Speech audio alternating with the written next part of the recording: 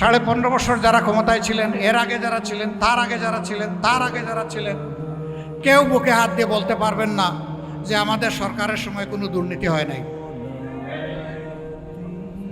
আলহামদুলিল্লাহ 2001 থেকে 6 সাল 4 দলীয় জোটের একটি সরকার ছিল, সেখানে আমাদের 2 জন মন্ত্রী ছিলেন।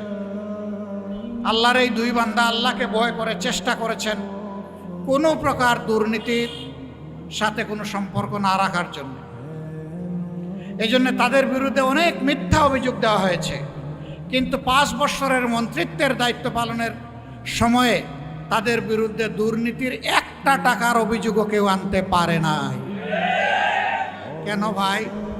একটাই কারণ, তারা আল্লাহকে ভয় করতেন। তারা বিশ্বাস করতেন আল্লাহ তাআলা আমাদেরকে এই সুযোগ দিয়ে পরীক্ষা করছেন আমরা জনগণের জীবন, সম্পদ এবং ইজ্জতকে আমানত মনে করি কিনা।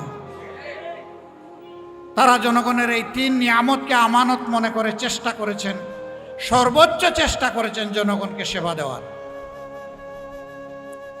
যতটুকু দিতে পেরেছেন আল্লাহ কবুল করুন। মানবিক দুর্বলতার কারণে ইচ্ছা থাকা সত্ত্বেও যদি কিছু বাকি থাকে, আল্লাহ তারও বারাকা যেন তাদেরকে দান করেন। এই 2 জনের কেউ এখন দুনিয়ায় নাই, আমরাও চলে যাব। এই জামানার মিথ্যা অভিযোগে সাজানো পাতানো একটা আদালতে তাদেরকে বিচারের নামে প্রহসন করে হত্যা করা হয়েছে।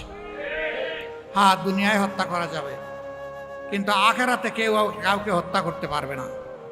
বরঞ্চ নিহত ব্যক্তিটাকে আল্লাহ তাআলা তার পাশে দাঁড় করায় বলবেন, এই জালেম, তুমি আসো, যে হত্যা করেছিলে আমার বান্দাকে।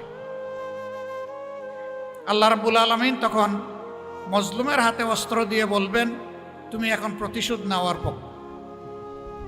যতক্ষণ পর্যন্ত পূর্ণাঙ্গ প্রতিশোধ না হবে আল্লাহ বলবেন চালায় যাও।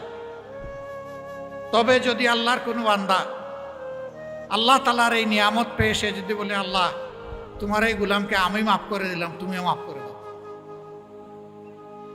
আল্লাহ তাআলা তার মর্যাদা বাড়ায় দেবে। সম্মানিত ভাইয়েরা, এই জন্যে আমাদের এত কষ্ট দেওয়া হয়েছে 15.5 বছর, কিন্তু আপনারা সাক্ষী।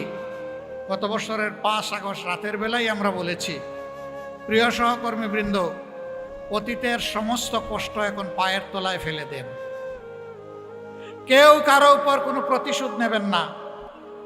ধৈর্য ধরুন, আল্লাহর শুকরিয়া আদায় করুন এবং দেশকে শৃঙ্খলায় ফিরিয়ে আনতে একজন দায়িত্বশীল নাগরিক হিসাবে দায়িত্ব পালন করুন।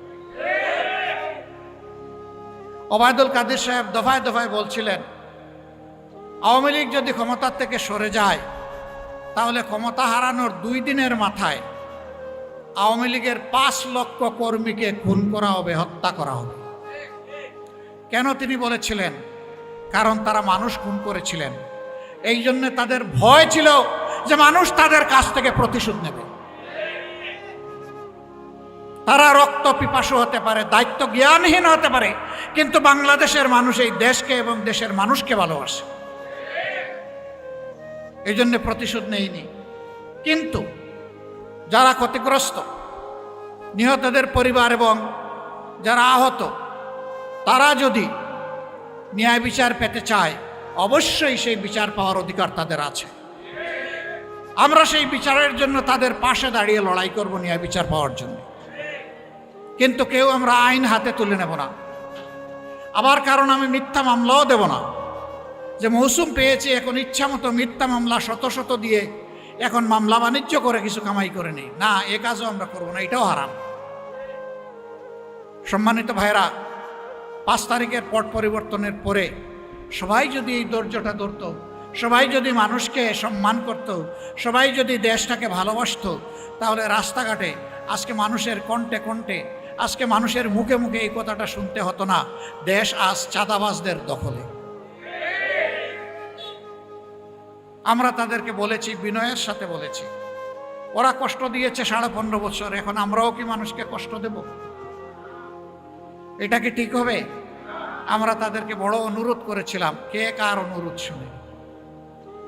হ্যাঁ, আলহামদুলিল্লাহ, প্রায় 3.5 কোটি মানুষের প্রিয় এই সংগঠন বাংলাদেশ জামাত ইসলামী, আমরা চেষ্টা করেছি আমাদের ডানার নিচে আমাদের লোকগুলাকে হেফাজতে রাখতে। তাদের চোখ যাতে কারো সম্পদ, কারো ইজ্জত এবং কাদের জীবনের উপর না পড়ে। এরপরে কেউ এর ব্যতিক্রম করলে আমরা তাকে ছাড় দেই নাই। আমরা দেখানো বিচার করি না, আর দেখানো বহিষ্কারও আমরা করি না। আমরা যে শাস্তি দেই এটা জীবনের তরে মনে থাকে। সকালে বিদায় করে দিয়ে বিকালে আমরা ফুলের মালা দিয়ে কাউকে কবুল করি না। সম্মানিত ভাইরা, মানুষ ভুল ত্রুটির ঊর্ধ্বে নয়। ভুল এক জিনিস আর কুঅভ্যাস আর এক জিনিস।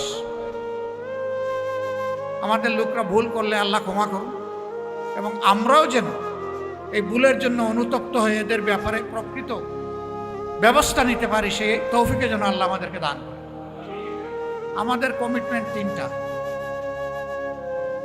এদেশের মানুষ দফায় দফায় সবাইকে দেখেছে। সব আদর্শ, ব্যক্তির আদর্শ, দলের আদর্শ, সব পরীক্ষা নিরীক্ষা শেষ। একটা জায়গায় পরীক্ষা বাকি আছে, সেটা হলো আল্লাহর দেওয়া কোরআনের আদর্শ। আমরা বিশ্বাস করি এবং এটাই সত্য কথা। কোরআনের আদর্শের ভিত্তিতেই যদি সমাজ পরিচালিত হয়, আলহামদুলিল্লাহ, সকল দল মতের মানুষ, সকল ধর্ম বর্ণের মানুষ, তারা সব ধরনের নিরাপত্তা এবং অধিকার ভোগ করবে ইনশাল্লাহ। এই অধিকার নিশ্চিত করার জন্য আমাদের 3 দফা অঙ্গীকার। নাম্বার 1, এই দেশের গুণে ধরা শিক্ষা ব্যবস্থাকে ইনশাল্লাহ আমরা পাল্টে দিতে চাই। যেই শিক্ষা মানুষকে মানুষ বানাবে সেই শিক্ষা চাই। আমাদের 2 নম্বর অঙ্গীকার, আমরা দুর্নীতির জড় কেটে দিতে চাই। আপনারাও কি চান? আমাদের পাশে দাঁড়াবেন? সমাজকে নিয়ে দাঁড়াবেন? ইনশাআল্লাহ আমরা দুর্নীতি সবাই মিলে নির্মূল করতে পারবো ইনশাআল্লাহ।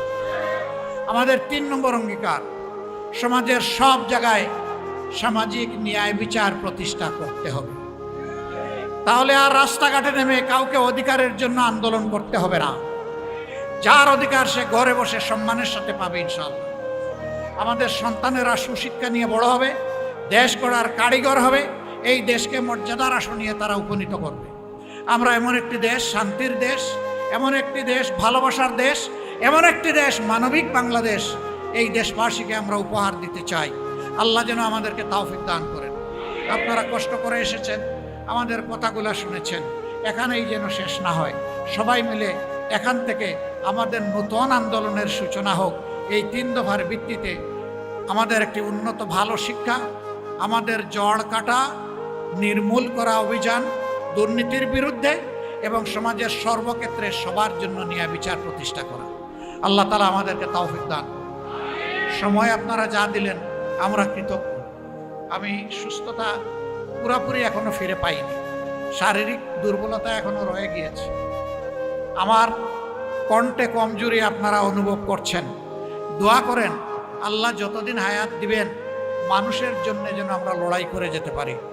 কথা দিচ্ছি ইনশাআল্লাহ মানুষের মুক্তি অর্জন না হওয়া পর্যন্ত কেউ আমাদেরকে থামাতে পারবে না।